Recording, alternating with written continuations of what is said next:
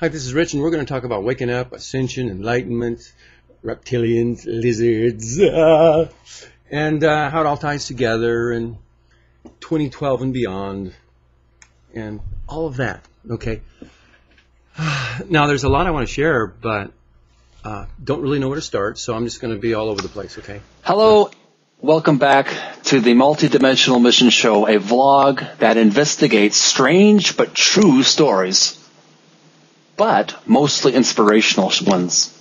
I'm your host, the Meat Geek. You can also call me Jeremy. And it's a pleasure to welcome back Richard to the show, which is the second half of the interview that we were having.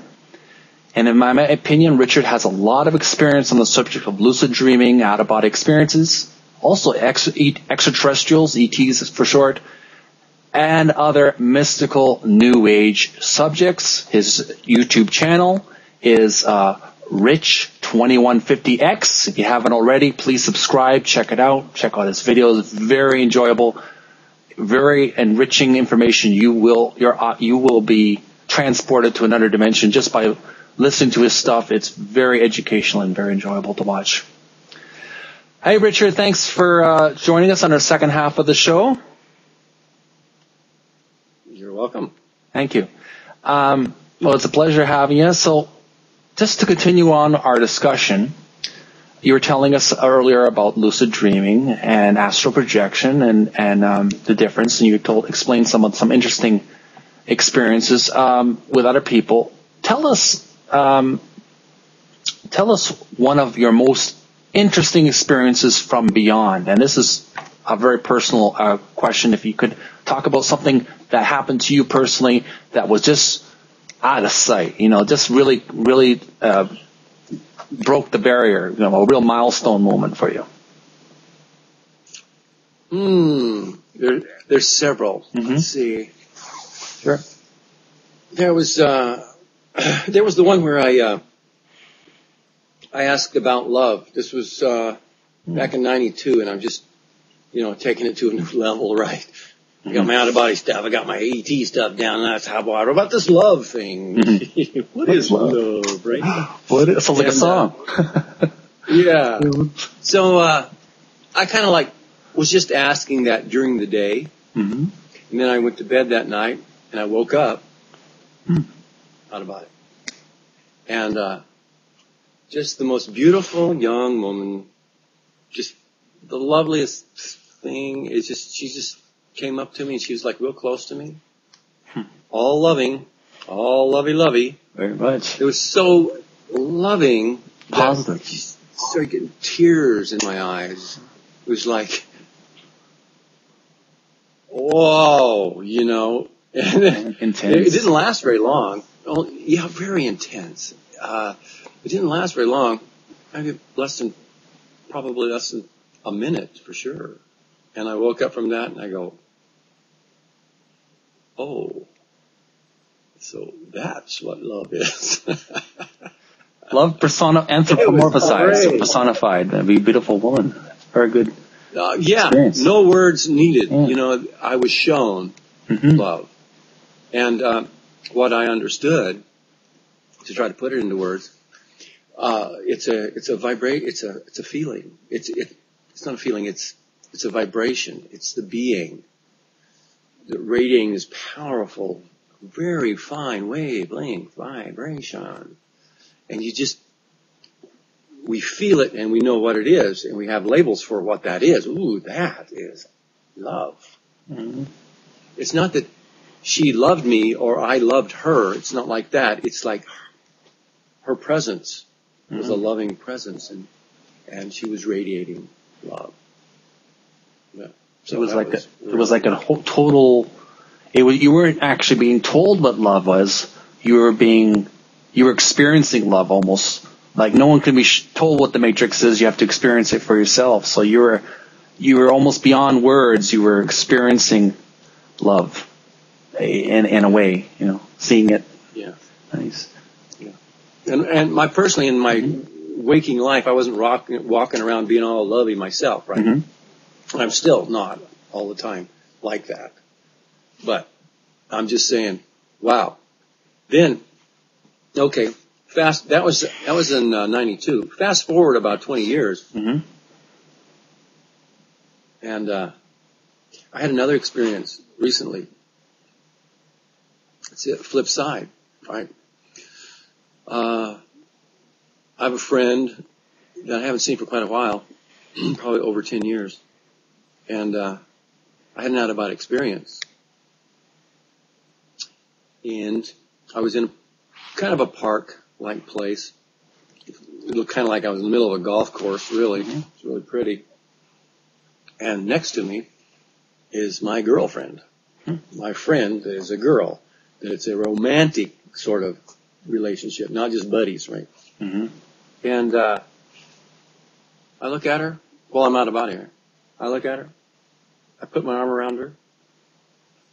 And this welling of love, it's the other side of the coin this time. It's me radiating, just all this love for her or with her in her space.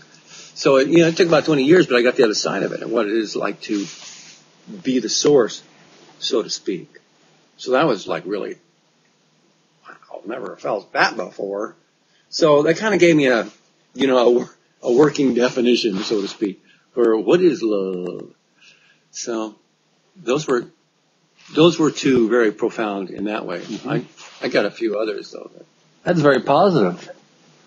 I feel the love now. It feels like a very positive. But that's a very encouraging and it's often people want to know what love is, and that's probably a good way to finding out. Is there anything else you wanted to share about that subject, or you? On the experiences? I got another pretty interesting. Yeah, I have another pretty interesting experience. Okay, sure.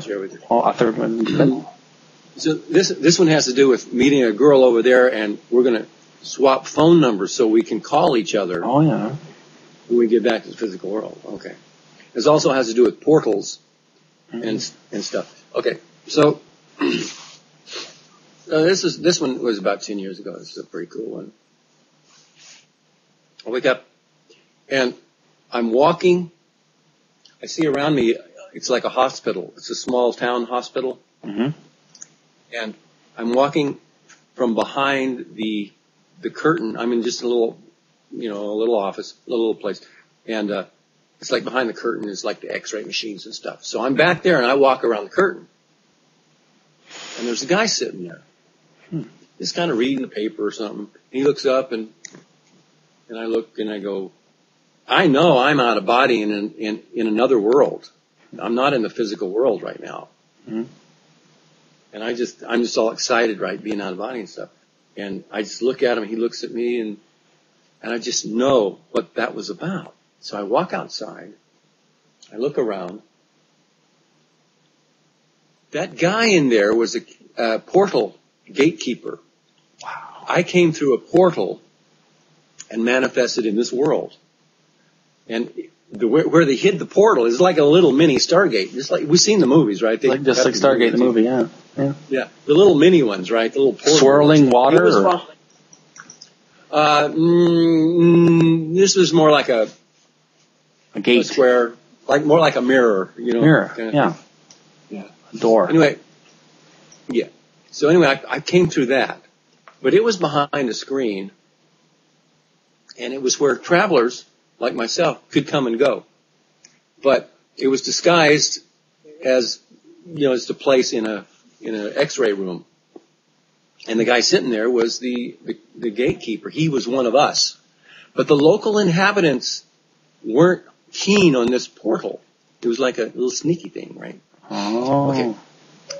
So I come through there, and I go outside and look around. It's all beautiful grass and trees out there, and a little stream going out along that way. And I'm just fascinated. I love these things. So I'm walking along and go, what am I going to do? What am I going to do? So I walk over this little bridge. It's one of those pretty little garden bridges that go over a little stream with the weeds and the reeds and the flowers. It's just beautiful.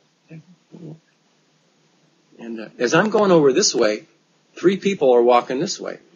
And we meet at the middle of the bridge. It's kind of symbolic right there. But they looked familiar. And I stopped and I said hi, and they said hi. We talked, chit-chat a little bit. And I asked them what they did, or something like that. They said that they were guild members of a guild, and what they did was repair stargates, portals. Specific job. Yeah, that's what they did. Now, I'm going, oh, I get it. You get a lot of this is telepathic, and a lot of it you know stuff. It just like comes to you when you get out there like that. Mm-hmm. You can communicate. What the deal was? Yeah. But the deal was the locals didn't have the ability to do out-of-body travel or teleport themselves. But they lived in the greater reality as a community, as a universe, just like the physical world, but it's got more high-tech, good, neat stuff, and it's a lighter, finer vibration than third density or wherever we're at right now. So we're over there. The locals couldn't get out of body, but they could use the mechanical portals. Okay? Mm-hmm. And they literally, you would see one that it's kind of, you can walk around, they're here and there, and there are little places where you can walk in, and you just walk through it, just like a Stargate. Mm-hmm. Similar, in the movies. So, their job, when a mechanical Stargate breaks down somewhere on an outpost planet, you need a tech to fix it. If the tech's not on the planet, how does the tech get there? Yeah. Without the Stargate being there how would you travel broken. All the way all there? Yeah. So there's a special kind of person or being that can travel without a Stargate. Wow. And I go, and it clicked. I'm one of them. I used to be a member of that guild. In your past life? And I got, yeah, in a past life or in another aspect of myself, wow. Probably still is. Amazing. There now as a guild member, and that's what we do. And they knew me, and I knew them. And when I found that out, I got tears in my eyes. It's a realization, it's like you're receiving knowledge of your past life or past what it's like a total recall almost. Yeah, it's exactly. And it's also like an alternate reality recall or parallel universe recall or another aspect of myself in a higher, different realm recall. But yeah, you can put a label on it. It doesn't really matter. It was real. And I got all tears in my eyes. And I says, you guys, I'm one of you. And they go, yeah, we know. Oh, and I'm giving this girl a big hug. And it was like big reunion time. It was just the most wonderful feeling. So I can do that. I can travel without the Stargates and incredible fix them. So in that universe. Mm-hmm. Okay. So now, this is just the beginning of this, one of my favorite movies of all time, right? So I take off walking, I say bye to them, and they're actually walking back toward the hospital. I don't know what they're going to do with it, but I walk this way, and it's like fairgrounds. It's festival time. And they have the booths, with the different fun things to do with these different booths. So I'm walking along looking at all this neat stuff. And I come upon this it's like a ride, a fancy, it's an e-ticket ride. And it's like the people who have gone to Disneyland or Disney World. It was a Star Wars ride. Mm-hmm. And to go into it, you go up this big, long ramp that goes like this, and it goes into like a hole or a Stargate kind of thing, right? Mm-hmm. You go through that hole, and then, I'm there, and I'm about ready to go back from my UVI, right, back to the physical world, and I just find myself in this big long line as this ramp goes up, and I go,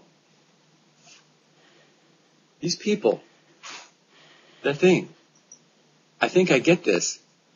They are going back to their other worlds. It's a Stargate, and they're either going back to the physical world or some other realm. Mm-hmm. And I said, hello, to get everybody's attention. And it's a ramp, and there's probably about 80, 100 people. Well, no, see, 40 to 60, 70 people. I said, hello, you guys. And they look over at me. And I say, how many of you,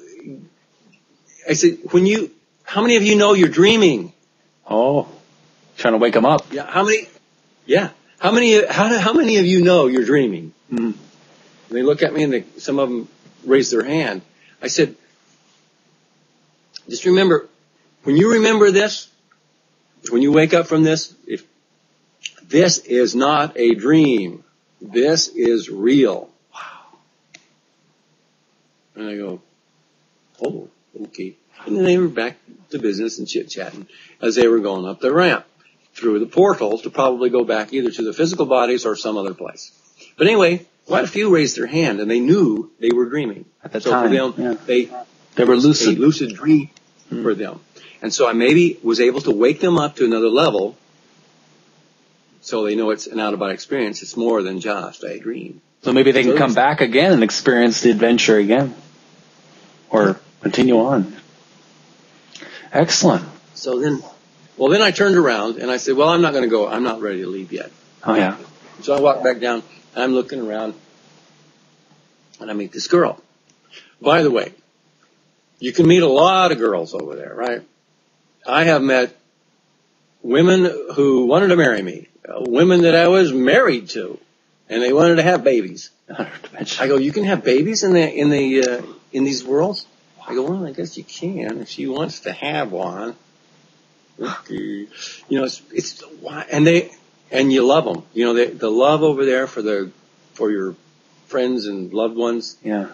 It's as real as ever. And it's a nice place to raise your family too. It's like a nicer environment than the third dimensional reality, dare I say. Hello. Yeah, it's really nice. Nice place to raise your kids. Yeah, you'll love it. Come visit. Yeah. We'll have open house next week. Excellent.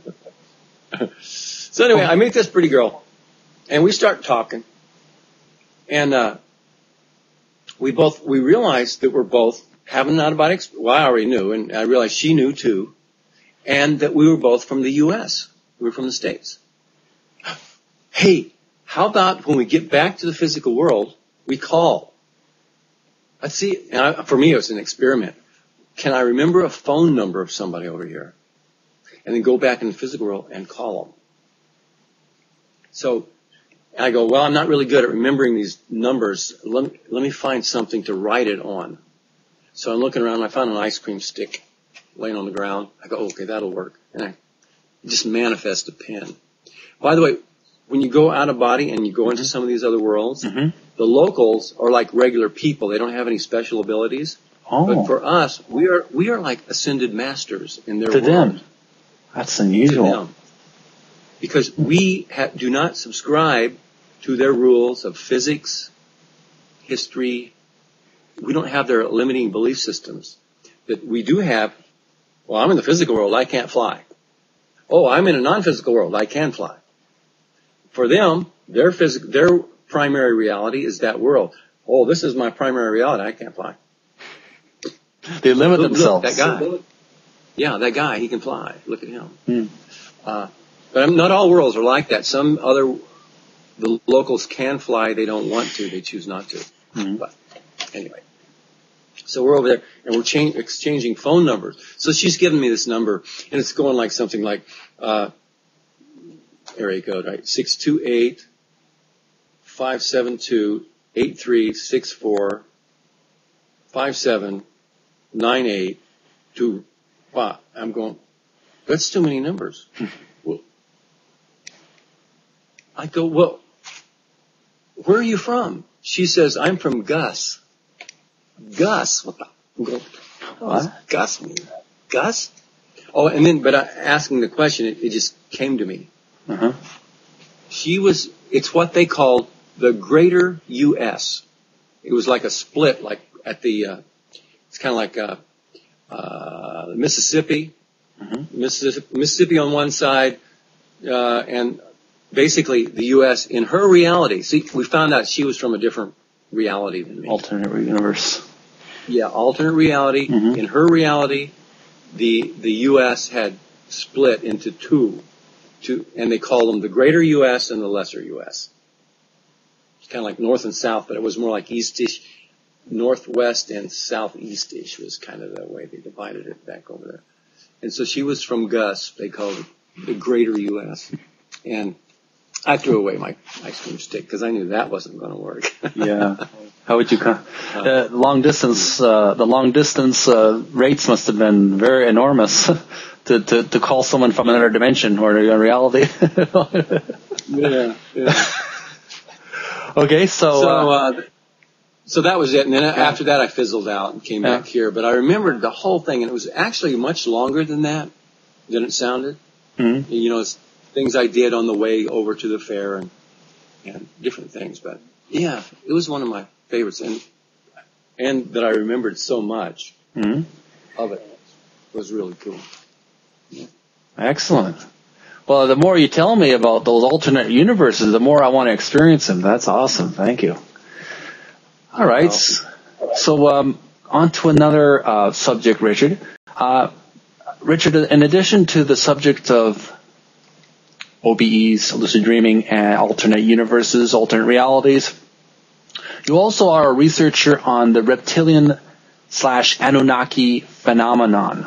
Please explain your take on this multi-layered subject. It's such a freaky subject, reptilians. What? The first time I heard about it, and I wouldn't be surprised if people now, the first time they hear about it, they react the same way. First time I heard about it was in 1993 in a book somewhere. And I go, what? What are you talking about?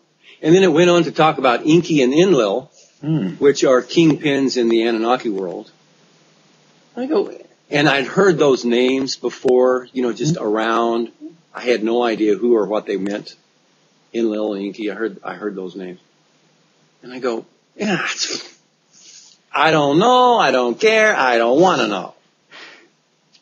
And it was, over 10 years at least before I ever revisited the subject of reptilians and the Anunnaki. And now I've done a lot of study and research on it. And what would you like? There's so much. It's such a big story. I don't want to launch into the big story. I mean, I could, but I launched into the big story on my channel. But well, okay, let's see. Are we addressing like a brand new? Do you think it's like brand new viewers that want the basics, or they know a little, or what? We can like, you don't have to explain the entire story. If you feel like perhaps we can encourage people to go to your channel for more information. So just briefly explain to people, just to whet their appetite, so they can go to your channel and learn more, what your take on the Anunnaki/reptilian phenomenon is, and so people can investigate further. Yeah. Okay. Look, we'll start like it's your channel. You're new to this subject. You may have heard that there's reptilians around. Well, what is a reptilian? Reptilian is a humanoid looking lizard man or lizard woman. Okay. But it's a general broad category. We're talking about sentient beings. They're intelligent and they have their own civilization and they do their own thing. And they come in all sizes and shapes, reptilian sizes and shapes. The high end are, and you're going to go, what the are you talking about? This is crazy shit. Okay, so without getting into that, you can Google it and get some pictures of what a reptilian looks like and stuff like that. They're different kinds. But basically, the story goes, and we'll call it a story until you want to buy into it and believe it. I personally am very sure it's the real McCoy. The movie, the TV series V is a remember that show? A good enough representation. There's an 80s version and the modern day. Yeah, I'm talking the 80s version. I Yeah. didn't see the modern day one, so I don't know what those guys are. I prefer the 80s version. It's good representation. Mm-hmm. Yeah. So, anyway, the sentient life forms in our galaxy, they come in all sizes and shapes.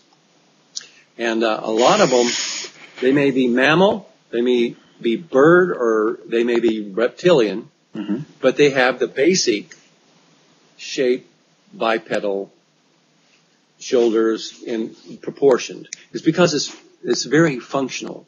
It's not the only body type, but it's very functional. So the reptilians would evolve from whatever other shape they look like into the stand up on two legs, arms and feet, and they look rather human, except their scaly skin and their head looks quite a bit different with the ridges and the teeth and stuff like that. So getting past that, we can, for people who are having a hard time with it, are they real and are they here?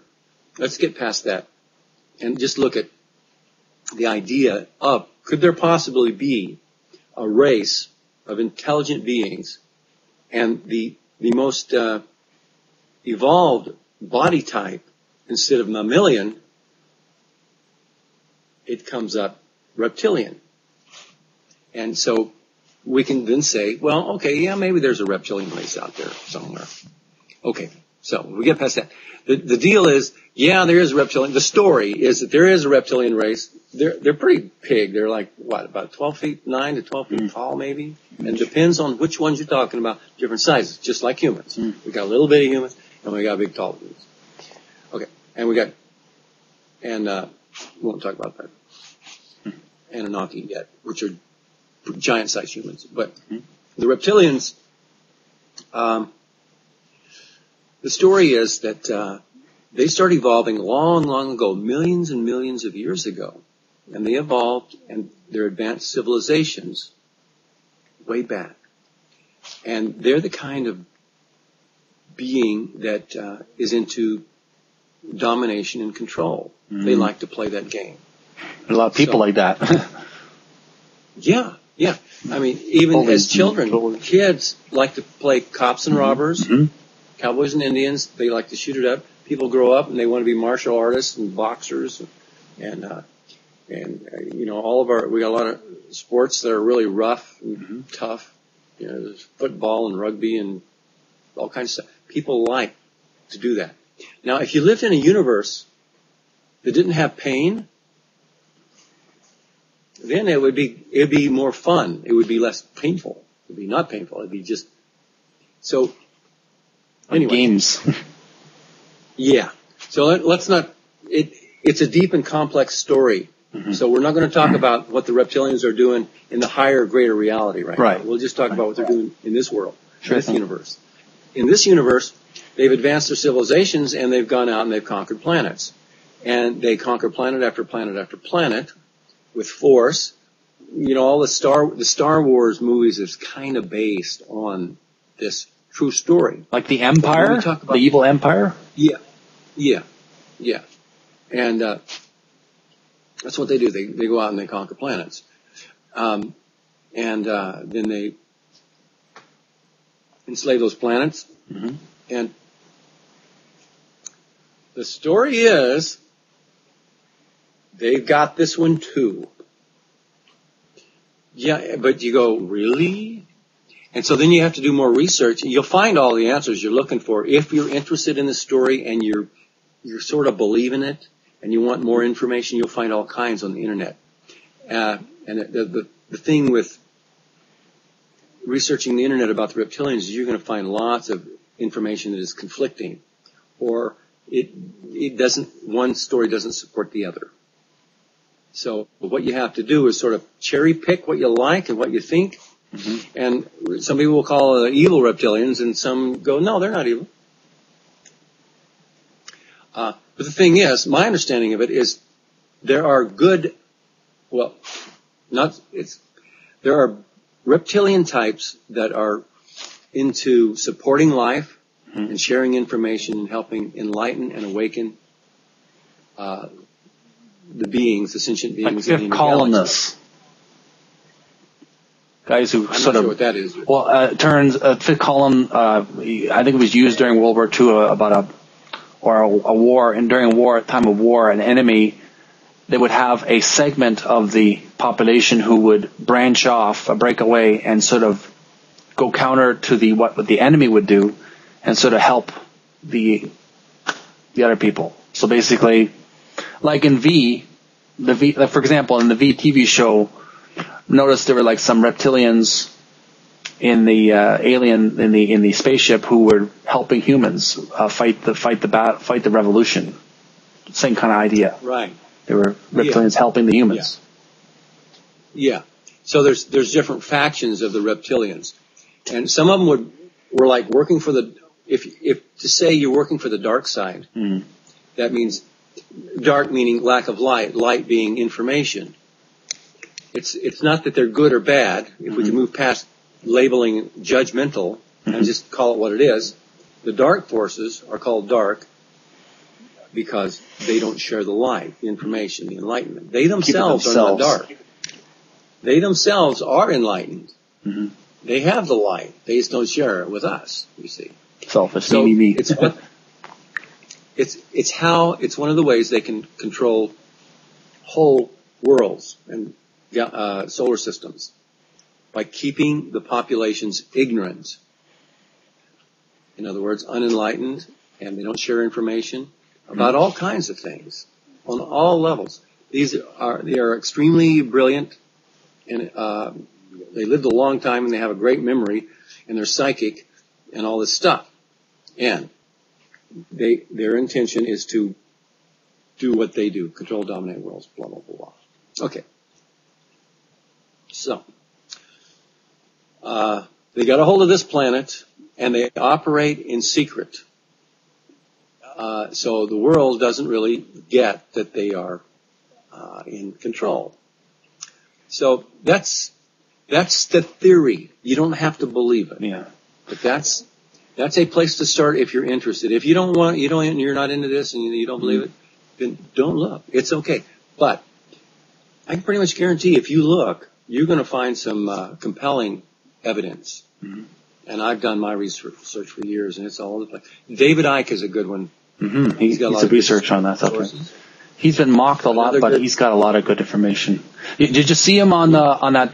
By the way, a Jesse Ventura episode where the conspiracy theory where they talked about different people, and they interviewed a lady who supposedly shapeshifts, and they talked to a lady who talked about how the royal family and are of the bloodline.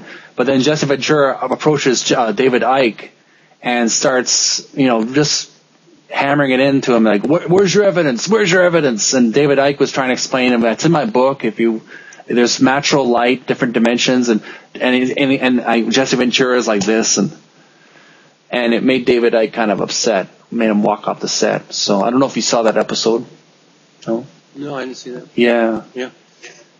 Well, so another good reference to get the story in the background. Prove it? I don't know. I can't prove anything. You can look at my stuff and you can say, hey, that's bullshit. And that's okay. Mm-hmm. But, see, here's the thing. On the internet, with all the information and disinformation on the internet, you can go into any subject that you want to research with an idea that you want evidence for, and you'll find it. Something will support your position. I'm not saying every fucking subject, but I'm just saying, generally speaking. If you believe in there's no cure for cancer, you can find that there's no cure for cancer. Mm-hmm. You have plenty of documentation, evidence, experts, the works. If you believe there's a cure for cancer, you can find doctors, evidence, cures, testimony, the works. So that's what I'm saying. Same thing with the reptilian thing. So believe what you will. It's your choice. But if you're interested in the subject, another good source is Robert Morningsky. Oh, yes. He was a native. There's a Google Robert Morningsky videos. And Terra Papers. Mm-hmm. And you will. There's the ebook, too. Yeah. You can You can find it on the internet. Mm-hmm. So that's a good story. Dan Winter. Google him, Dan Winter. Spirit science. Anyway, you'll find more. Dan Winter, Reptilian, and you will find more about the whole reptilian thing. There's a lot of great documentation, evidence, and stories. And then there's Zecharia Sitkin has written about, 4, 5, 6 or more books on the subject of the Annunaki. And the Annunaki are giant humans. And there's plenty of archaeological evidence, skeletons, giant skeletons found all over the world. This is kept out of mainstream. It's kept out of the universities. It's completely covered up. Mm-hmm. But if you're interested in finding the truth of it, again, you can find the truth. If you think it's bullshit, you can find the documentation, the resources, and the experts that will tell you it's bullshit. So you get to believe what you want. I'm just saying. Mm-hmm. It's aggravating, but that's how it is. So I just share this stuff I just share it on my YouTube channel, this sort of stuff. Right. And if people don't like it, they don't watch my channel. Mm-hmm. And if they're rude and icky, I just delete their messages and I block them. Because they're going to come back and be icky again. So I share my stuff just for people who are interested. You got to talk to people on the same frequency, the same open-minded, open heart, like you and me. I don't try to convince people anymore. Mm-hmm. I used to when I first started. Exactly. I tried to get people to understand my truth. It's one, it's not worth it. Two, if they're not ready, they're not ready. Three, they're immortal too. And if they don't do it this time, they'll do it next time.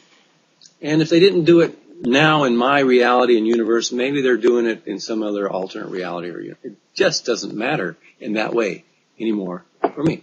So anyway, Robert Morningsky, Zecharia Sitkin will do the giant Anunnaki thing, who were allies with the Reptilians.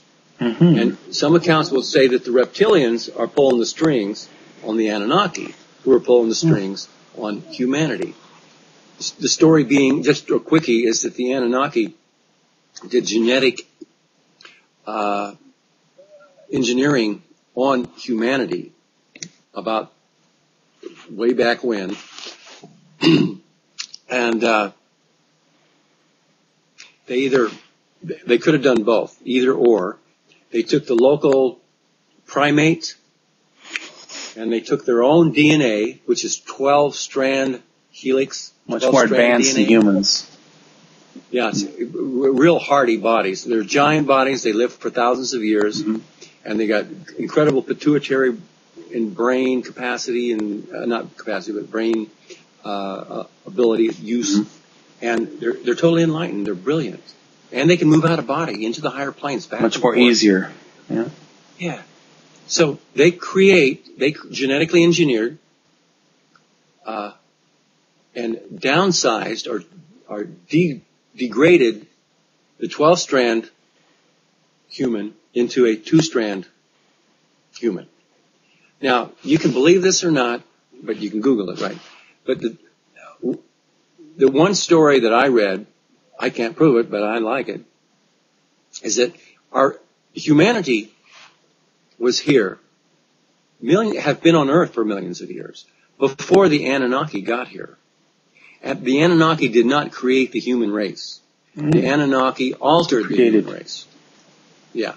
So that's one story. And they took the 12-strand DNA human, and they messed with the DNA, they scrambled it. They didn't remove the 12. It's not like this 12-strand is removed so much as it's scrambled. It's like puzzles in a box. It's all the little pieces are there.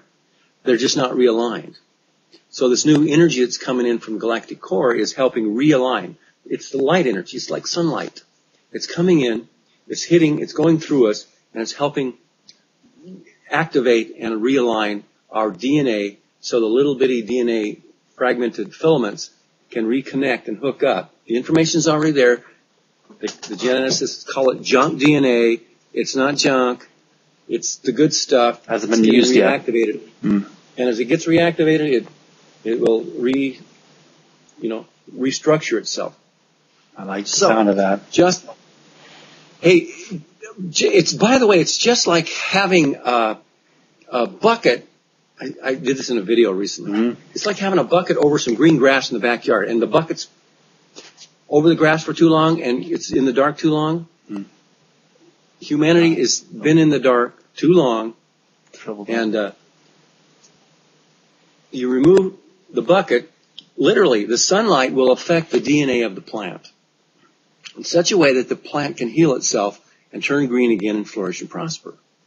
So it's literal information, some kind of energy and information coming from the sun, literally affecting the plant and the growth of the plant. Well, humans need that same energy. Now, galactic core, big explosion, big super wave coming at Earth. Yeah. This is documented evidence, scientific evidence. Super wave coming at the Earth, supposed to hit 2012, December 21st, 2012. Ish. Okay. That is just like sunlight for humanity, except it's a bigger burst and it's different. It's even more powerful and it's like a healing burst. And the story I like, the theory I like, is that this burst is going to affect the DNA just like sunlight will affect a yellowed plant. It'll revitalize it and help it restructure and grow. Without the light, it's like a wake-up call. The plant would stay yellow. The light would stay yellow. Yeah, it is. But without the sunlight, without the light shining on the plant, it will stay green. It will stay retarded. Okay. You get sunlight on it, it grows. We get energy from the Earth, from the galactic core. It literally will pass right through us, right through the Earth, and keep on going. It's powerful rays of very fine particles. I like to say it's like love. It's love energy, love particles. From source, you mentioned. Yeah. This is just what I would like. This is not what I expect. I know. I don't see it. I don't predict it. I don't like to do that. But this is what I would like. I like to imagine. I think it. And this is how I like to do it. So that passes through us, starts helping realign the body, the DNA, which helps awaken the consciousness of humanity. And as more and more of us become more and more conscious, we are more and more able to connect and come up with real physical universe strategies for dealing with the situation on Earth. And in the meantime, this bright, brilliant light and energy from the core is the dark forces don't like it. One, it's waking us up. But two, the vibration itself isn't comfortable. It's not comfortable for them. I've actually heard that you look around on the internet for it and you find it, right? But that Rockefeller was getting sick and dying. Heard George Bush Sr. sick and dying. He was on the front page of a rag mag. And the Queen of England, sick. Wow. Real sick. All of a sudden. There's three big dogs. And some would say they're reptilian. They have the reptilian bloodline. And that's a whole big story, the bloodlines, but we won't go into that right now. But yeah. There. That's a short answer. Well, that's awesome. Well, I really prefer, whether or not it's going to happen like that, I prefer that point of view to how Hollywood has presented 2012. Too negative. But this is very, very uplifting, inspirational viewpoint, and I'm going with that, man.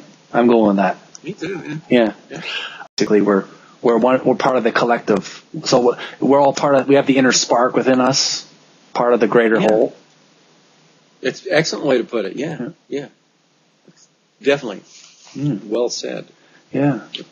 On a side note, but connected to the topic of 2012 and looking at an inspirational viewpoint, you mentioned that many of us have been placed on Earth for a mission or for a purpose to raise the vibrations, to encourage people. Do you buy into the theory of the starseed belief? Perhaps the indigos, the crystal children, the green, the rainbows. The children who have been sort of sent who perhaps some people believe that they're higher beings who have been incarnated into physical bodies, whether they're angels or extraterrestrials, put into physical beings. Because don't want to talk too much about myself. I don't want to all be about me, but basically, I have reason to believe that I'm an indigo because I'm very creative, kind of a rule breaker at times.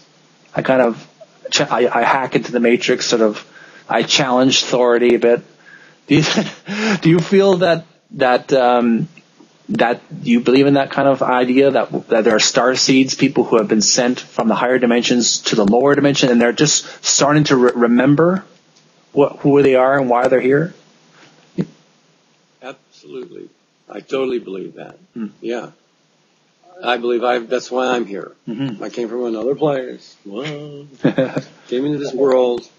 And I'm waking up more and more all the time, but, big wake-ups recently. It's like, it's like not so much a wake-up that know it, but it's a wake-up with certainty that that's what it's about. It's like looking yourself in the mirror and saying, this is who I really am. Wow, this is a wake-up. Yeah, this is who I am and this is what I do. And, after that I go, wow, I made 8 videos in one day. I couldn't even load them up in one day. But I made 8 videos the other day. Just from that kind of inspiration.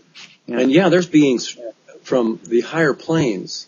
Mm-hmm. See, like fourth density reality, that's a label, but in a higher vibrational rendition of reality, it's like here. Vast. With the etherical? And that's the label again. It's just a vibrational, it's another reality. I just call it the greater reality. Mm-hmm. But there's more than one of those. But it's so complex, the different realities and you can shift into another plane of existence and you're in another reality system. Now it might be a belief system territory with relative limits. There might be a few thousand or a few million or a few billion people there. Or it could be you can move an entire physical universe looking place. And they're playing basically the same kind of games there that they're playing here. So that's the one I like to call the greater reality. And when you live there, see, like right now, we're calling this our primary reality system. Because we're used to it. When we go to a greater reality or a higher vibrational rendition of a place like this, it's not where we hang out most of the time. So we don't call it primary. Physical universe is. So we'll call that an out-of-body experience. For there are many beings that higher density is their primary reality. And they see the physical universe experience as kind of like an out-of-body experience where people in their world have gone out of body, but instead of like we do to a higher density, we've gone out of body into a lower density. And lower density just means it's a little harder, it hits harder, it hurts more.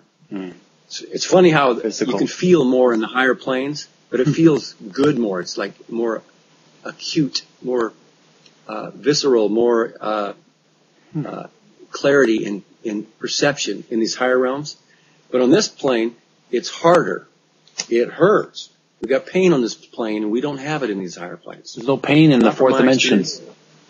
Not my belief system. Wow. I've met a few people that do believe there are, and I think it's their own belief that there is another world like this that has pain, and if they can think it and believe it and experience it, they got it. It's true for them, not for me. They created their own reality.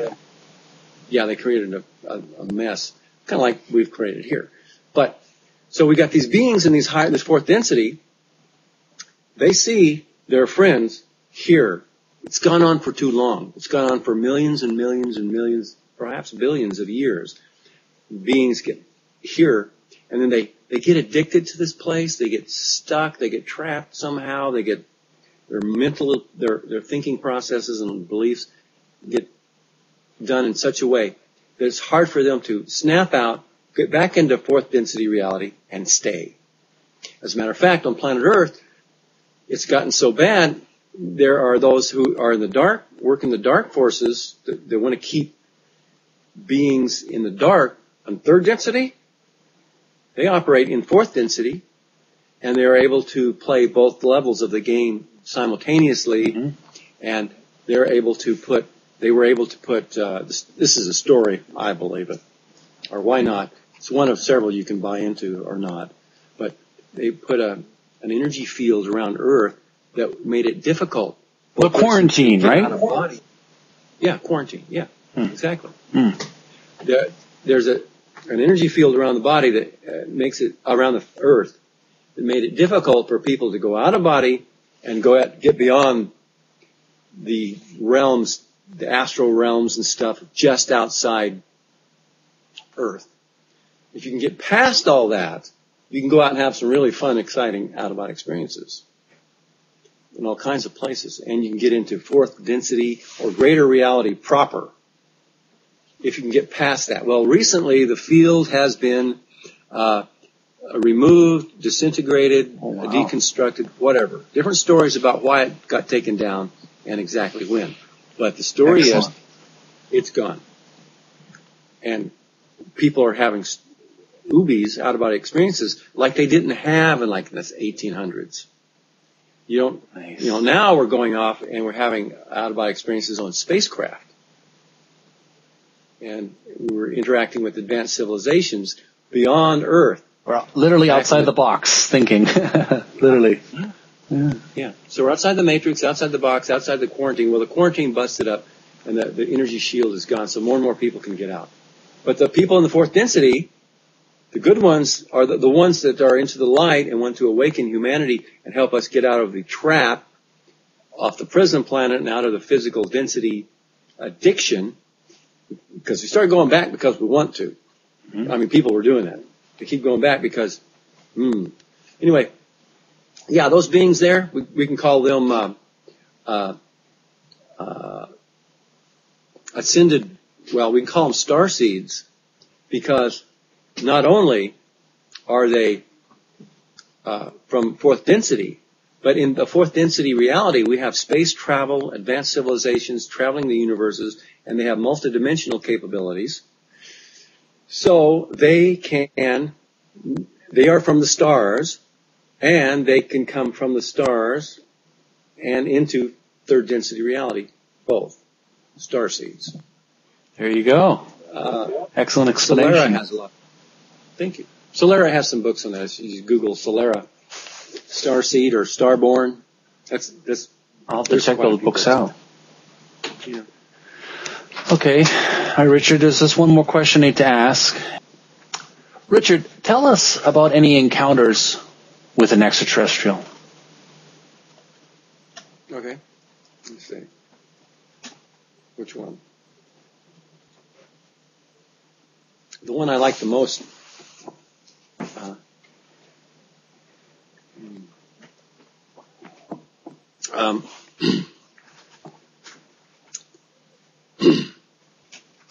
haven't had out-of-body experience. I haven't had any encounters in the physical world. Some people have. I know people that have had. I haven't.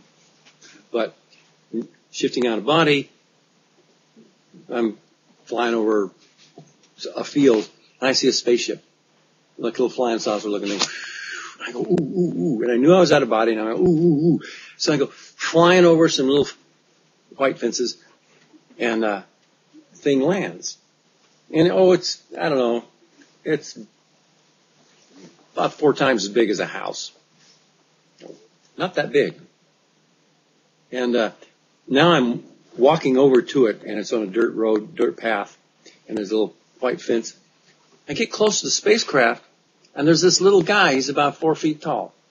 Wow. And he's got white hair, kind of looked like a gnome to me. Big white beard. No pointed hat? I know. Where's your hat, dude? So I slow down and I look at him, and I could tell he just came from the spacecraft. The ramp was down.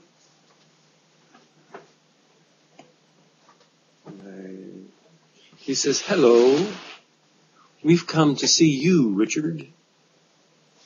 I got goosebumps, man. I never hear my name over there. Nobody calls me by my name. Nobody, they don't, hey Rich, hey Jeremy, come here a minute. No, it's telepathic. Who needs names, right? Well, when he said that, like, I really woke up. I was really paying attention then. What? So I'm being come to see me, huh? Ooh, wow. Do I feel important? So, I just look at him, and he looks over to his ship, and I look over to the ship, and he goes, you want to come on board? I go, yeah. So he follows me. He lets me go ahead. So I go up the ramp, and all of a sudden the ship's gotten big. How does it do that? I don't know. Like the TARDIS, Doctor Who, bigger in the inside. Totally. Yeah.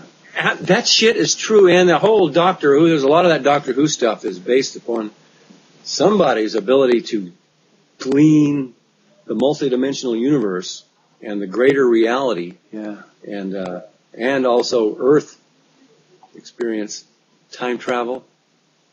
That shit's real, man. Time travel. Not just science fiction. No.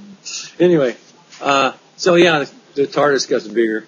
And I'm going up the ramp, and I see these, they look like they're about 18 years old or 16 to 18, real young, youthful, and they look elven-ish. They didn't have the pointy ears, but they were kind of small and slender, very confident and comfortable and content guys. There's about 3 or 4 of them, and they're hanging out like you're on a break.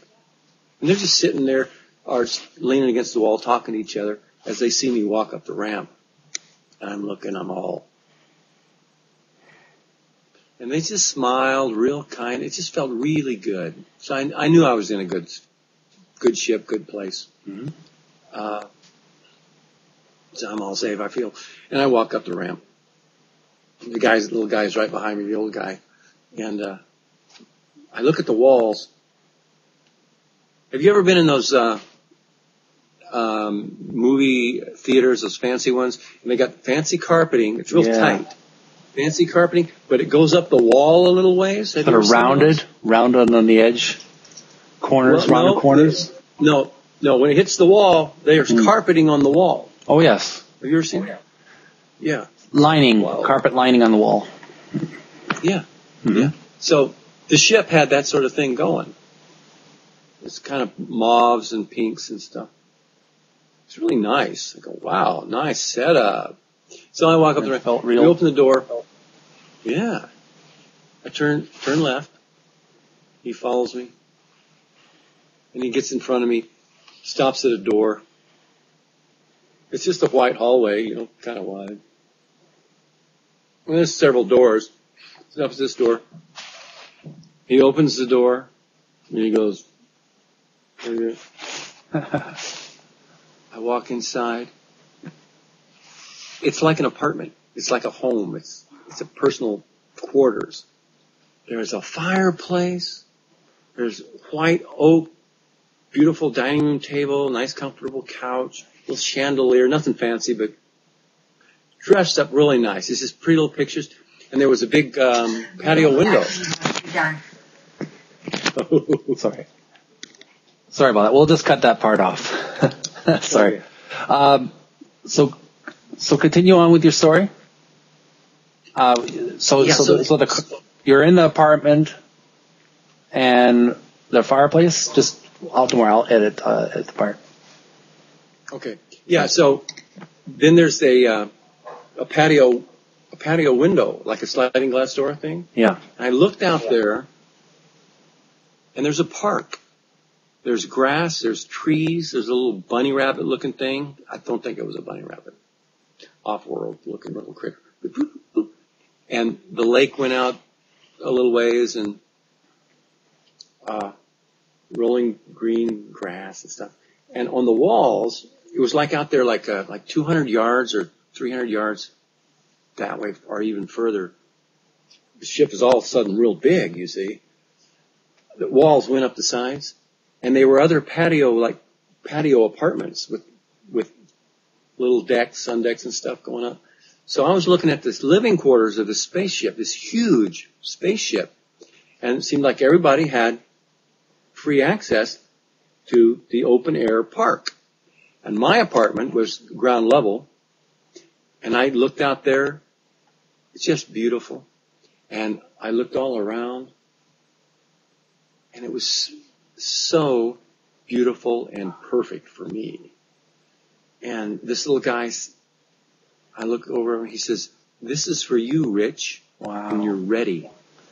Incredible. I got tears in my eyes. It was like beautiful. Over there, tears in my eyes. And then that was the end of it, and I shifted back here in my bed, and I had tears in my eyes here too. It was just like, was that nice? So that was my best ET. Wow. So you may have something good to look forward to in this world or the world to come. Yeah. Well, that'll be it for now, Richard. Thank you. Thanks, Richard, for joining us. Richard West, of course, is a researcher on the phenomenon on lucid dreaming, OBEs, extraterrestrials, and other amazing but true topics. Thank you, Richard, for joining us. You can check out his YouTube channel, Rich2150X. Make sure to subscribe to his channel. Check out his videos. You will be very much rewarded by the information that is presented there. And what is your website again, Rich? Oh, someonetotalkto.com. Okay. I think. I haven't been using it for so long. It might be .com, .net, not sure. We'll have a link down there. Sure. But there's dashes between the words someone-to-talk-to.com. Okay. I'm the Meat Geek. I also have another... Oh, sorry. I apologize. I can cut that out. Sorry. What you were saying? I also have a website, richwest.net. But it's in construction right now. You might want to check it out, see if there's anything there or not. I don't know. Right now I have that one offline as I'm doing work on it too. All right. Well, I'm looking forward to see when it's completed. Very excited. All your projects are always of interest. Richard, thank you for watching. Thanks for joining, and thanks for having an interview with me. I'm the Meat Geek, and you have been watching the Multidimensional Mission show that probes the amazing but true stories just outside this dimension. And we've been talking to Richard West. Thanks for joining us, Rich.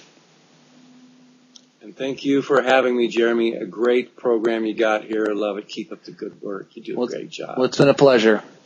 And keep on believing, believers. See you later. Bye. Okay. Bye-bye. Okay. So that'll be it now, Rich. Thanks so much for taking the time to help me with this. It was awesome. You're welcome.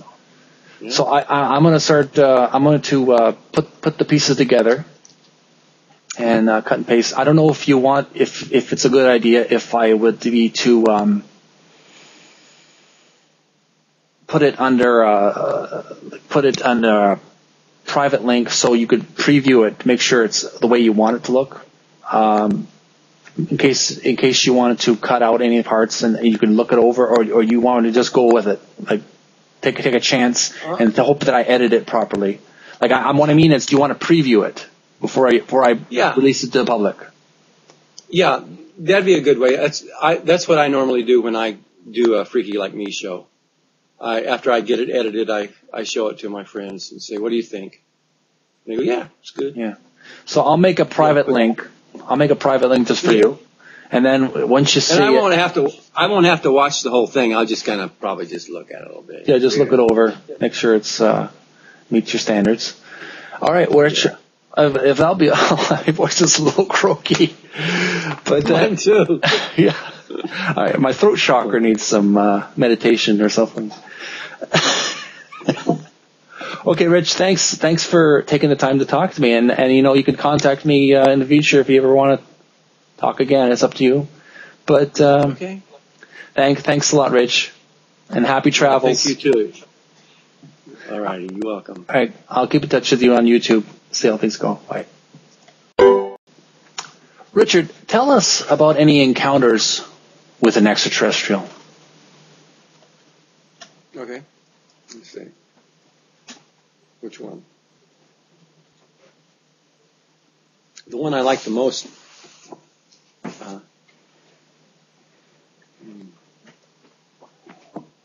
I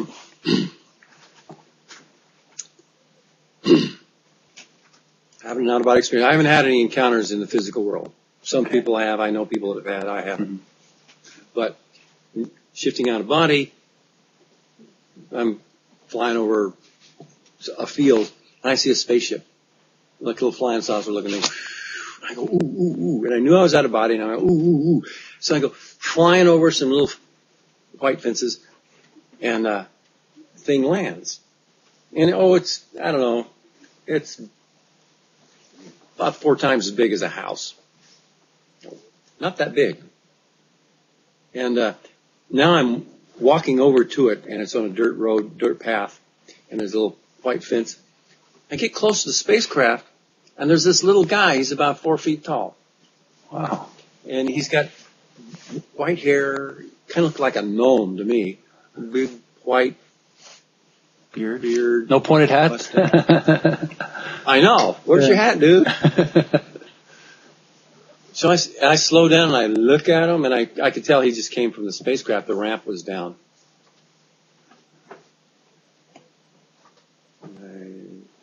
He says, "Hello, we've come to see you, Richard." I got goosebumps, man. I never hear my name over there. Nobody calls me by my name. Nobody, they don't, hey, Rich, hey, Jeremy, come here a minute. No, it's telepathic. Who needs names, right? Well, when he said that, like, I really woke up. I was really paying attention then. What? So I'm being come to see me, huh? Ooh, wow. Do I feel important? So, I just look at him, and he looks over at his ship, and I look over at the ship, and he goes, "You want to come on board?" I go, "Yeah." So he follows me. He lets me go ahead. So I go up the ramp, and all of a sudden the ship's gotten big. How does it do that? I don't know. Like the TARDIS. Doctor Who, bigger in the inside. Totally. Yeah. That shit is true, and the whole Doctor Who, there's a lot of that Doctor Who stuff is based upon somebody's ability to glean the multidimensional universe and the greater reality. Yeah. And also Earth experience. Time travel. That shit's real, man.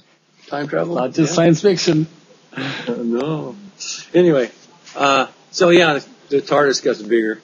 I'm going up the ramp, and I see these, they look like they're about 18 years old or 16 to 18, real young, youthful, and they look elven-ish. They didn't have the pointy ears, but they were kind of small and slender, very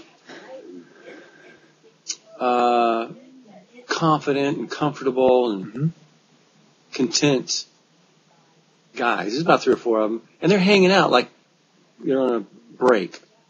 And they're just sitting there or leaning against the wall talking to each other as they see me walk up the ramp. And I'm looking, I'm all...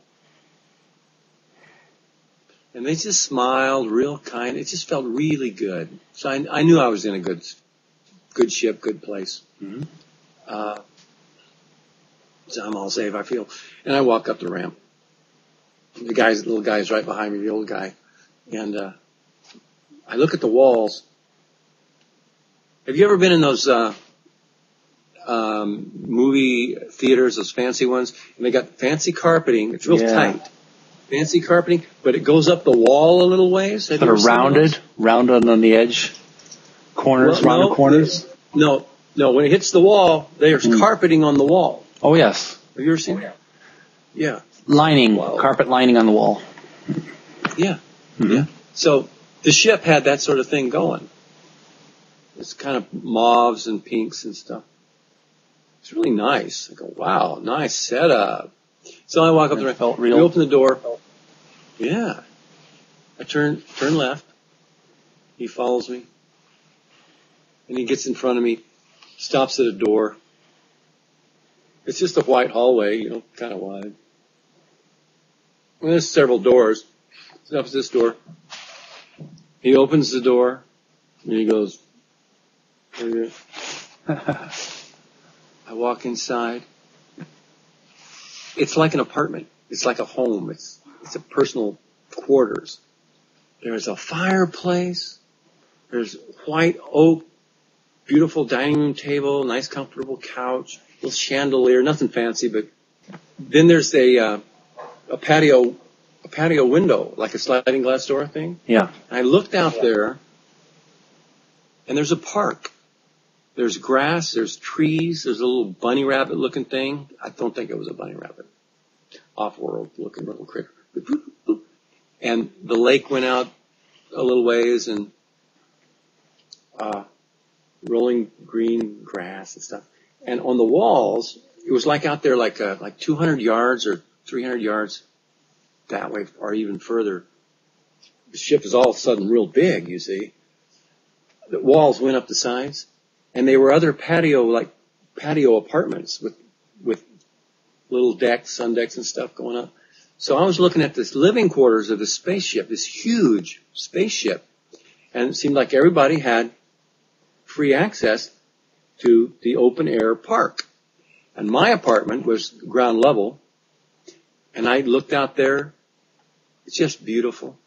And I looked all around, and it was so beautiful and perfect for me.